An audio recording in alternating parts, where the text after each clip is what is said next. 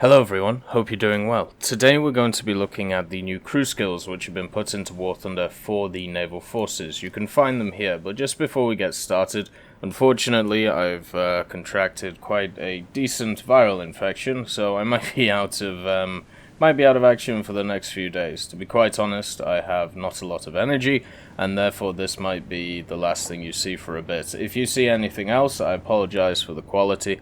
But it may be a bit lower. But just understand that if there is any changes over the next few days, it will be back to normal after that period. So, let's get into this crew skills. As you know from aviation and the army, we have crew skills for specific crews. So this is the crew skill for this crew. When it comes to aviation, this is it for this crew, and so on and so forth. So this is why putting in your boats and stuff like that in the correct places is important, so you keep those crew skills going across the different ships instead of them being all willy-nilly and not having decent crews for everything. Instead, what you want to do is try and standardize what you do. For me, it's three slots for ships, 2 for aircraft, or 3 slots for tanks, 2 for aircraft, so I can keep it so my crew skills across the board are incredibly good.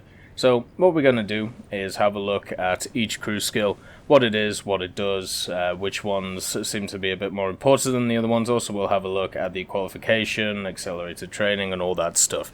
If you don't know what accelerated training is, it is a button you can press to basically just pay GE towards being able to get crew points. Crew points are found here, and you need a specific amount of crew points to be able to add specific tiers onto this. So as you can see, the next tier, or the cost of this new skill level, 0.5 for crew interchangeability, will cost me 15. So if I want to do it, as you can see, it's done right here. And let's just not do that, just to make sure that it is not done. So yeah, that's basically how crew XP works. It works the same across all of the different criterias, whether it be naval, aircraft, or army. So yeah, simple as. Let's get into the crew skills themselves. So the first one is leadership. Now this is incredibly similar to one that you may have seen before in the tank commander skill.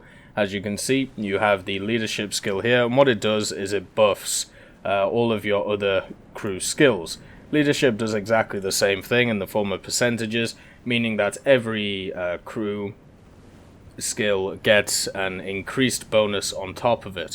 So obviously it's incredibly important. It is one of those things which means that at the end of the day it affects everything, therefore it's more expensive than the rest, but what it will do is it will mean that your crew overall will get better when you use it. One of the more important ones is definitely leadership compared to some of the other ones, and it's pretty self-explanatory. It just makes everything else better. So it is one of those key ones that you want to look for while upgrading your machine. The next one is crew interchangeability. Now this one basically means that it's your vitality. If you're new to the game, then what vitality is, it's the amount of hits you can take as a crew before you die. When it comes to aviation, vitality means how many shots you can take to the body or the head of your pilot before it gets knocked out. When it comes to the tank or the ground forces or the army portion, it's how much hit your guys can take inside the vehicle before they're knocked out. Well, when it comes to ships, and you have crews of over 200 on certain ships, obviously this doesn't really work because you can't do the vitality of over 200 people.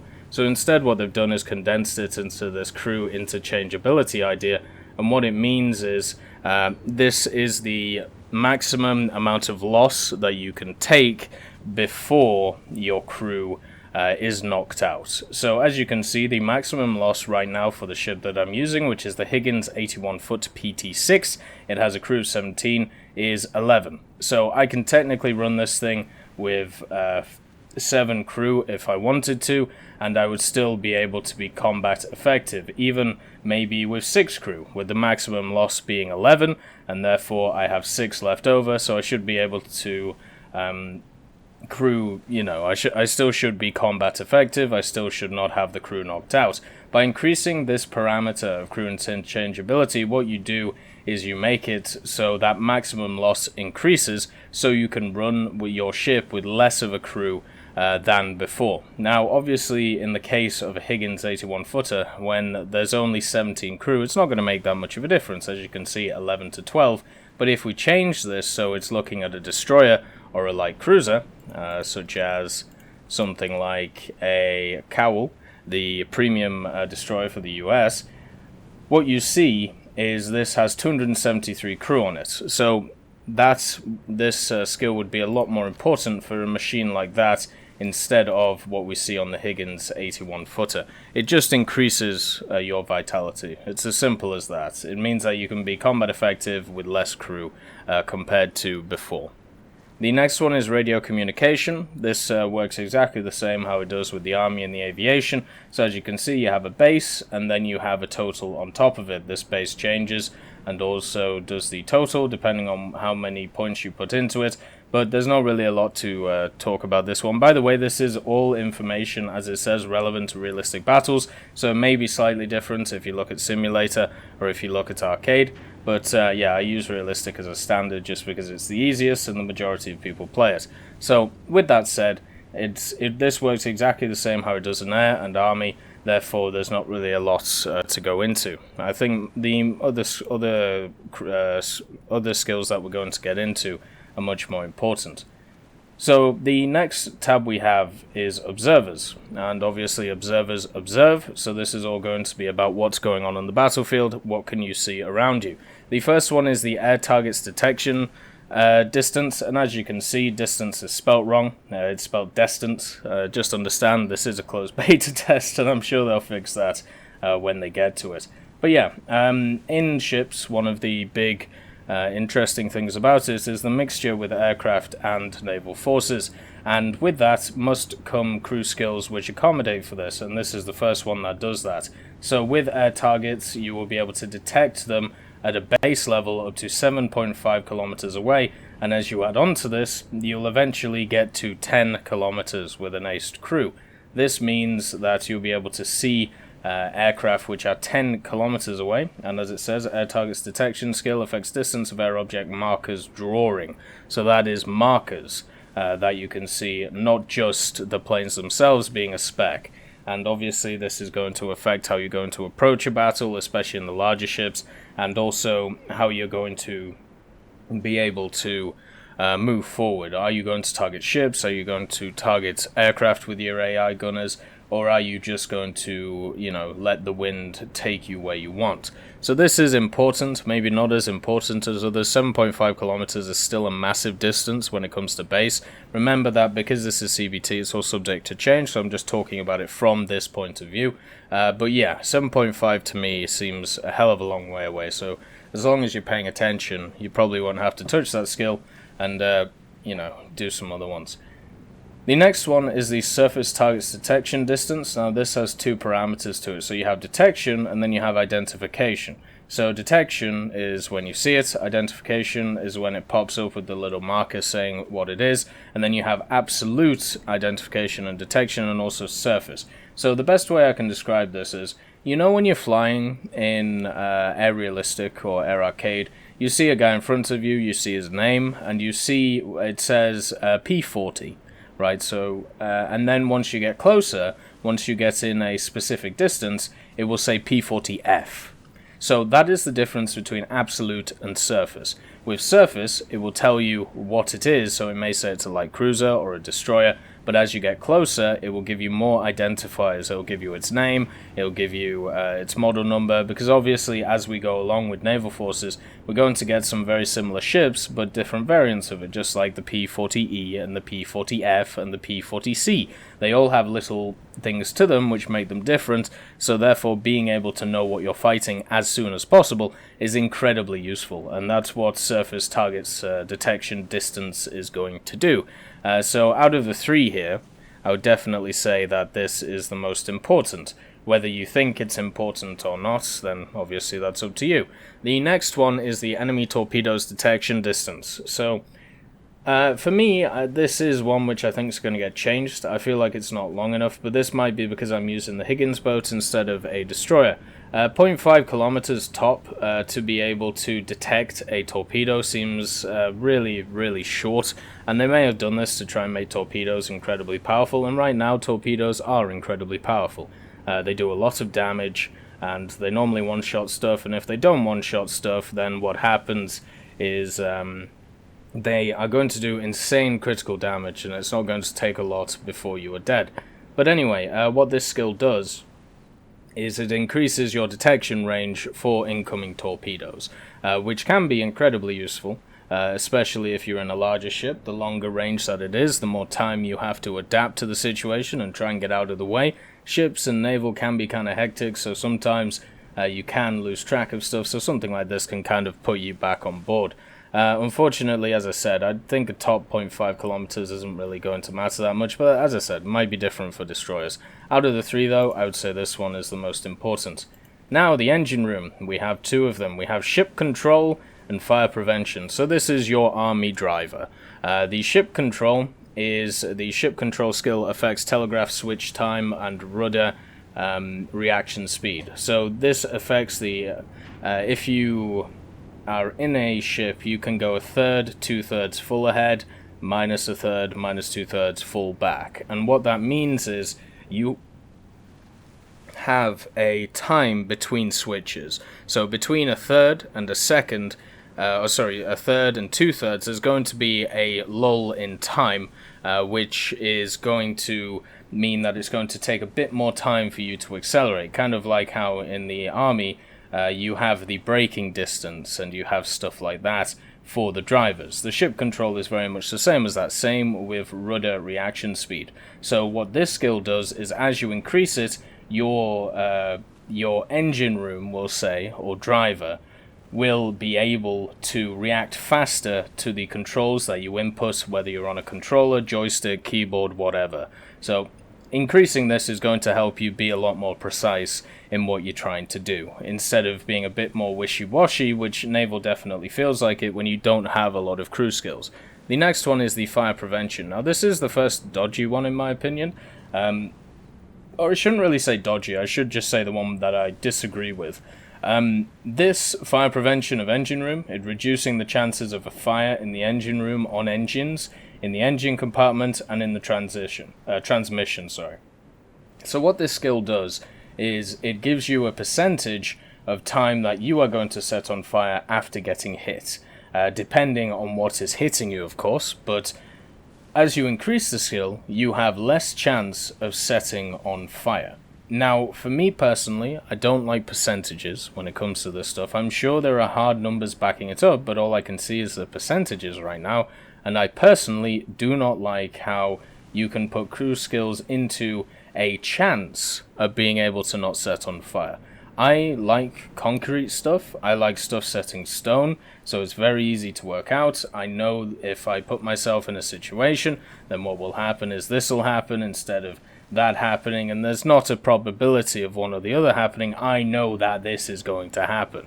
So whenever it comes to these RNG elements, especially when it comes to fire prevention, I'm not really happy with that, to be honest. It doesn't really sit right with me. But as I said, this is what this crew skill does. When it comes to how effective it is, well, that really depends, first of all, on the vessel, and second of all, how much of a percentage of what are they talking about. The next slot is the gunner slot. Now this is where it gets interesting. So you have a main caliber reload speed, auxiliary caliber reload speed, AAA caliber reload speed, and then you have AAA gunner accuracy, auxiliary accuracy, and distance fuse set accuracy. So on the majority or nearly all of the ships, you have a main caliber gun. This is normally the biggest caliber. The way I think I've worked it out is with a machine like this, you have two main caliber guns. It's the two 12.7s on the top here, as you can see in these little ducats here. Now, if we go to something like a Clemson DD213, let's see if it flips itself. Hey up! And this has three sets of guns. It has two 20mm Oerlikons, a 3-inch Mark IV cannon, and 4 inches, right? So it has these 4 inches along the deck around here, and then it has the, if I can find it, it has the 20 millimeters, probably in the center somewhere, and then it also has the other gun. So with that said, with this machine, what that means is it has 3 sets of different types, and I think the way it works is the top is the main gun, the second is the auxiliary gun, and then the one on the below, so in this case the Oerlikons, that is the AAA. I believe that's how it works when it comes to this machine. I might be wrong, but that just seems to be how it's happening. Here is that auxiliary gun, and it even says auxiliary caliber gun, so yeah, I think that's how it's working. The middle one is auxiliary, the top is main, and the bottom is AAA. Now, because of how the crew skills work, hello again, Higgins, the most important thing is going to be main caliber reload speed. The reason for this is because every vessel is going to have a main caliber gun, and some may have auxiliary, some may have AAA, but there's always going to be main caliber, so this is going to be the one you want to pump points into to be able to reload quicker no matter what guns you have. Obviously, when it comes to AI gunners, this is going to be a big important factor, especially with the destroyers and the light cruisers and all of that stuff going forward in ground forces. So AAA gunner accuracy and also auxiliary gunner accuracy is going to be important. Now, what I don't like, and this may be just an issue with the CBT, since this has values and these don't, this has a value for what it does, and, well, actually, I'm an idiot. This is because I don't have these guns on this vessel, so it's telling me that obviously this information is not relevant, but I'm sure if this information was relevant then there would be some stuff for it. Anyway, some machines will have all 3 and therefore reload speed will be important on all of them. If I was going to be honest, I would say AAA and main caliber are going to be your 2 major ones, and auxiliary is kind of just going to help out either way, and then AAA accuracy. And so those 3 are the most important. One of the last ones is an interesting one. This is the distance fuse set accuracy. And as you can see, the accuracy of the installation of remote fuses for shells with air undermining the accuracy with which anti-air guns determine the range to the target and set the timer to detonate the projectile. So, if you don't know about this, this is a new mechanic in the game. And the best way to show it is through the party barge. Hello, Bargy. So this was a machine which was shown on a dev blog a few days ago, and what you may find on it is that it has these new types of rounds. These rounds have a time symbol on them, and what that means is that they have a distance fuse on it. So what you can do is you can set it so it can go off after a certain distance. The reason why these specific shells were created was to create much more of a blanket effect of a shell. Instead of something having to hit a target and then explode, instead, why not make it explode before the target, create a bunch of flak, create a bunch of debris that either the thing has to fly through or it has to shotgun canister into the plane itself, meaning that you do more damage over a decent, area. Very ingenious idea. And it's nice to see it finally represented in War Thunder. There are certain AAA machines which could also use this, so hopefully we see that in the future. But this is what it's talking about. So when it comes to that skill, yes, it does affect specific vehicles, and therefore might not be that useful, but as you go up the tech trees, it will be more useful, because the majority of your AAA guns will use some kind of distance fuse on it.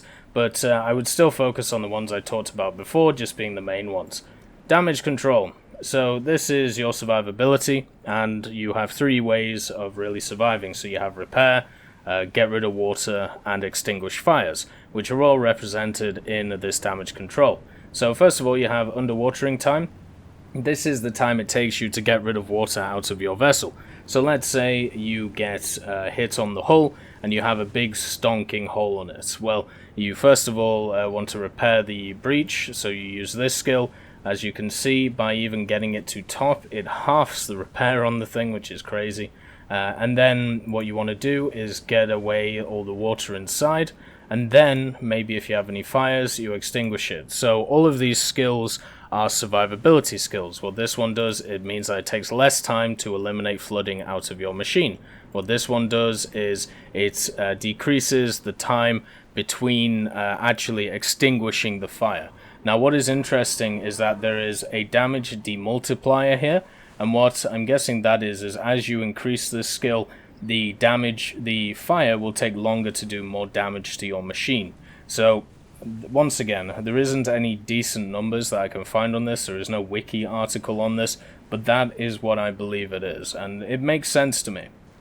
If you have better fire extinguishing, fire prevention, all that, it should do less damage over time while you are trying to extinguish the fire. So all of these three have their uses, and they're all incredibly useful. Obviously, breach repair just repairs combat damage that you've taken, very much similar to if you land on an airfield with an aircraft in realistic or arcade, or even a simulator, EC. And then in the army, it's when you repair your vehicle with parts. This is exactly the same idea right here. By increasing this skill, you reduce the time it takes to repair your vessel. Now what is interesting is the last skill here. This is the survive leadership, and this ties into vitality. So leadership of the struggle for vitality, reducing the penalty from the simultaneous launch of all three processes for the struggle for vitality. So what this means is if you increase this skill, there is a lower chance that your crew will just run away while you are using these skills. Let's say you bash them all at once, your crew is going to have a high penalty on it, and it may just knock out the crew and knock you out of the battle. So what this skill does is it reduces that, so therefore you can use all of these skills without panicking your crew. The best way I can talk about it is talk about it in the sense that the crew is panicked, and therefore what you have to do is try and calm them down by by increasing this skill. So as somebody who might be experienced with naval and know exactly when to use these three things instead of doing them at the same time, this skill probably will be kind of useless. But for the layman, this skill will save you a lot of times, just because of the vitality issues that you can have when you're just smashing buttons and hoping that something happens with your ship and you stay alive. The next one is logistical services. Now this is exactly the same across the board, as you can see, apart from, of course, aviation, because you have weapon maintenance and reload speed for arcade, weapon maintenance for overheating guns. But for fleet, it's exactly the same as army. So you have the repair rank, and then you have the repair speed. Now what is interesting, and I'm not sure if this is supposed to be or not, but let's just check if it is standardized across. Yes, it seems like for some reason the logistical services has been just copied across, and maybe that's the idea it's supposed to be, because these are also copied across, making it easier for you to be able to repair your vehicles. So if you don't know how this works, you have a mechanic skill, the maximum rank of vehicle that the mechanic can repair, and then you have the repair speed, so the mechanic skill, the rate at which the vehicle is repaired in the hangar, at the airfield, or at the port. So what this means is if you have the correct repair rank, so right now I have rank 1, I'm using a reserve, then with points put into this, then I am able to repair it up to 3 times faster than I normally would if I didn't have the repair speed. If I increase this up to 4, then it would be 4 times, 5 times, so on and so forth. This is useful for people who don't want to blast through silver lines through repairs and stuff like that, and people who generally will use one vehicle once and then move on to the next one and let that one repair. So if you are a person who has auto repair on and stuff, then this skill won't matter to you at all. I would advise everybody to turn off auto repair when it comes to it, just because it's wasting silver lines which you could keep, but overall that's what that skill does, right? Then the next one, of course, is qualification. Qualification for the fleet. I should probably go back to the fleet.